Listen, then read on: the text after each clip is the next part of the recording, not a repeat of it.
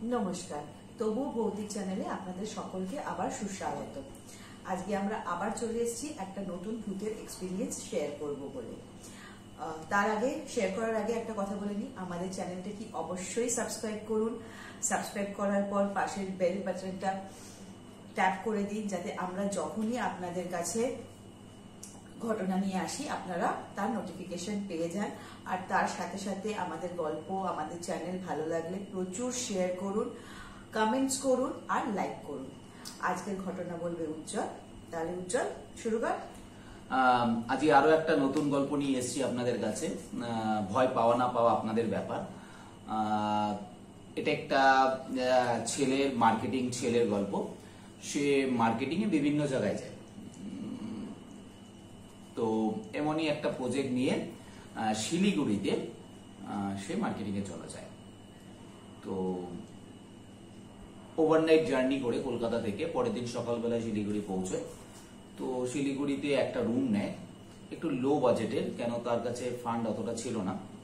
সে একটু ভেতরের দিকে একটু কম বাজেটের একটা রুম নেয়, মোটামুটি সেমসাম রুম, একটা অ্যাটাচ বাথরুম আছে আর একটা বেড আছে। এই তো লাগেজ রেখে একটু ফ্রেশ হয়ে সে বেরিয়ে যায় তার মার্কেটিং এর জন্য। তো কোম্পানিতে বিভিন্ন ভিজিট করে সন্ধ্যের পরে মোটামুটি 8টা সাড়ে 8টার পরে খাবার কিনে সে ব্যাক করে। তো খাবারে সে মোটামুটি ওই ফ্রাইড রাইস আর চিলি চিকেন এটা নেয়, নিয়ে এসে রুমে ঢোকে। তো রুমের একটা টেবিল আছে, বেড সাইড টেবিল আছে, ওখানে খাবারগুলো রেখে ফ্রেশ হতে যায়। তো ফ্রেশ হয়ে যখন আসে তখন দেখে খাবারগুলো টেবিলে কেউ বার করে প্যাকেট দিয়ে বার করে রেখে দিয়েছে। মানে প্যাকেট করা বাঁধা ছিল, একদম এসে দেখছে টেবিলে সাজানো না, প্লেট থেকেই ওই প্যাকেট করা ছিল। প্যাকেটগুলো মানে ওই এখনকার ওই কন্টেনার গুলো তো দেয় না, সেই কন্টেনার গুলো একটা প্যাকেটে বাঁধা ছিল, একটা ফ্রাইড রাইস ছিল, একটা চিলি চিকেন ছিল। ও দেখছে যে প্যাকেট গুলো, ও তখন ভাবছে হয়তো সে ভুল করেই হয়তো কন্টেনার গুলো বার করে দিয়ে চলে গেছে, স্নান করতে গেছে, ভুলে গেছে হয়তো, সে অতটা মাথায় করেনি। তো এবার খেতে বসেছে। তো খেতে বসার সাথে সাথে কারেন্টটা চলে গেছে, হোটেলে অন্ধকার। তো রিসেপশনে ফোন করেছে, বলছে চিন্তা করবেন না, এক্ষুনি চলে আসবে। তো মিনিট 5 পরেই আবার কারেন্টটা চলে এসছে। তো আবার খাচ্ছে, খাওয়ার সাথে সাথে হঠাৎ করেই কলিং বেল, রুমের কলিং বেল বাজে। তো ভাবছে কোনো রুম সার্ভিস এসছে হয়তো। তো উঠে দরজা খুলেছে, দেখে কেউ নেই। এইবার ও বললো বাবা কোথায় গেল কলিং বেল বাজিয়ে। তো একবার এইদিক ওইদিক দুপাশেই দেখে একবার ডাক দিল, কেউ কি আছে, কলিং বেল কে বাজালো। তো দেখলো কেউ সাড়া দিল না। তো আবার দরজা বন্ধ করে সে খাওয়াটা শেষ করে। খাওয়া শেষ করে সে খুবই টায়ার্ড, সে ভাবছে আর ভাল লাগে না, আজকে শুয়ে পড়ি, কারণ কালকে সকালে আবার মার্কেটিং এ আছে, কালকে রাতেও কলকাতায় ব্যাক করবে। তো মোটামুটি একটু টিভিটা চালিয়ে দেখতে দেখতে কোনোভাবে চোখ লেগে গেছে। চোখ লেগে ও শুনতে পাচ্ছে কেউ দরজায় নক করছে, বেল বাজাচ্ছে না, নক করছে, টাক টাক টাক টাক। এবার চোখটা লাগাতে প্রায় ঘন্টা 1.5-2 ও ঘুমিয়ে পড়েছিল। তো টিভিটা চলছে, তো ঘুমটা ভেঙে গেছে। ঘুমটা ভেঙে যাওয়াতে ও ভাবলে হয়তো টিভিতে কোনো সাউন্ড, কিন্তু টিভিতে কোনো সাউন্ড হচ্ছিল না, একটা নিউজ চ্যানেল দেখছিল। তো দেখছে টক টক করে আওয়াজ হচ্ছে। তো প্রথম ভাবলো ভুল শুনছি, তাহলে না, আমার দরজার বাইরেই আওয়াজ হচ্ছে। তো বলছে কি ব্যাপার, এই হোটেলটা তো বড্ড ডিস্টার্ব করছে, এই কলিং বেল বাজাচ্ছে, এই করছে। তো ও গিয়ে আবার দরজাগুলো এবার মোটামুটি গালাগালি দেওয়ার মুডে আছে যে কি ভাই ঘুমোতে দেবে। দরজাটা খুলেছে, দেখে কেউ নেই। এইবার ও আজকে কি হলো, এই তো বড্ড ঝামেলা করছে। এবার ফোন রিসেপশনে ফোন করেছে, রিং হয়ে গেছে, কেউ তুলছে না। তো বলছি বাবা কোথায় গেল এগুলো, ইয়ার্কি মারছে নাকি। এইবার ও এসে শুয়েছে, এবার শুয়ে চোখ বন্ধ করে আছে। হঠাৎ ও ফিল করছে যে ওর পাশে কেউ এসে বসলো এবং বসার পরে যে বেডটা আছে বেডটা একটু টেবে গেল। এবার না ও না দেখছে বেডটা টেবে গেল। এবার ও ভাবছে কি হলো, মানে এক দৃষ্টি তাকিয়ে আছে। এবার ও যে না হাত দিয়ে একটু মানে হাত বাড়িয়ে জাস্ট ওই জায়গায় হাত দিতে যাবে, দেখলো আবার গদিটা আপনা আপনি একটু উঠে গেল। এবার ও ভাবছে কি হলো, মানে আমি কি ভুল দেখলাম বা কোনো চাদরের টান টান। এবার ও না ওই জায়গাটা হাত দিল, হাত দেওয়াতে ওনার জায়গাটা একটু ভেজা ভেজা ফিল করলো, জাস্ট একটু হালকা ভেজা। এসি রুম ছিল না কিন্তু নর্মাল, তো একটু ভেজা ভেজা ফিল করলো। তো বললো কি হলো, কেউ কিছু বুঝতে পারছে না। তো এরকমও প্রচুর মার্কেটিং এর জন্য প্রচুর হোটেলে থাকে, প্রচুর অভিজ্ঞতা হয়েছে। তো এই অভিজ্ঞতাটা কোথাও ডিফারেন্ট মনে হচ্ছে, যে কি ব্যাপার হচ্ছে, নক করছে, খাবার বাইরে রাখছে। ও না ভাবছিল খাবার হয়তো ওর ভুলের জন্য, কিন্তু এই কলিং বেল বাজা, তারপরে আবার কোনো রেসপন্স না করা, এই বেডটা। এইবার ও দেখছে বাথরুমের দরজাটা কোনোভাবে খোলা ছিল। ও দেখছে বাথরুম থেকে বাথরুমে একটা লাইট ছিল, লাইটটা ছিল এমন দিকে যে লাইটের সামনে যদি কেউ দাঁড়ায়, একটা শ্যাডো ওই বাথরুমের পাশে যে পাঁচিলটা আছে দরজার মানে রুমের, সেই পাঁচিলটায় আলোটা পড়ছে। এইবার ও তাকিয়ে দেখছে যে একটা শ্যাডো ওই পাঁচিলে দরজা মানে বাথরুমের দরজার সামনের পাঁচিলে কেউ দাঁড়িয়ে আছে, শ্যাডো পড়ছে। এইবার ও বলছে বাথরুমে কি, মানে এই রুমে তো আর কোনো অ্যাক্সেস নেই, বাথরুমে কি? তো পরিষ্কার দেখলো শ্যাডোটা পুরো দাঁড়িয়ে আছে শ্যাডো। ও কিছু না বলে উঠে গেছে, একদম উঠে গিয়ে তাড়াতাড়ি বাথরুমে যাওয়া, তো দেখলো বাথরুমে কেউ নেই। এবং ঘুরে যখন পাঁচিলের দিকে দেখাচ্ছে, পাঁচিলেও শ্যাডোটা নেই। এবারও বুঝতে পেরেছে কিছু একটা এই রুমটায় আছে, ডেফিনেটলি কিছু একটা আছে, প্রবলেম আছে একদম। এবার ও কি করবো, অত রাতে প্রায় নেই করে অন্তত 1টা-1.5টা তো বাজেই প্রায়। এইবার ও ভাবছে রুম তো আমি এখন চেঞ্জ করতে পারবো না, তো কি করা যায়।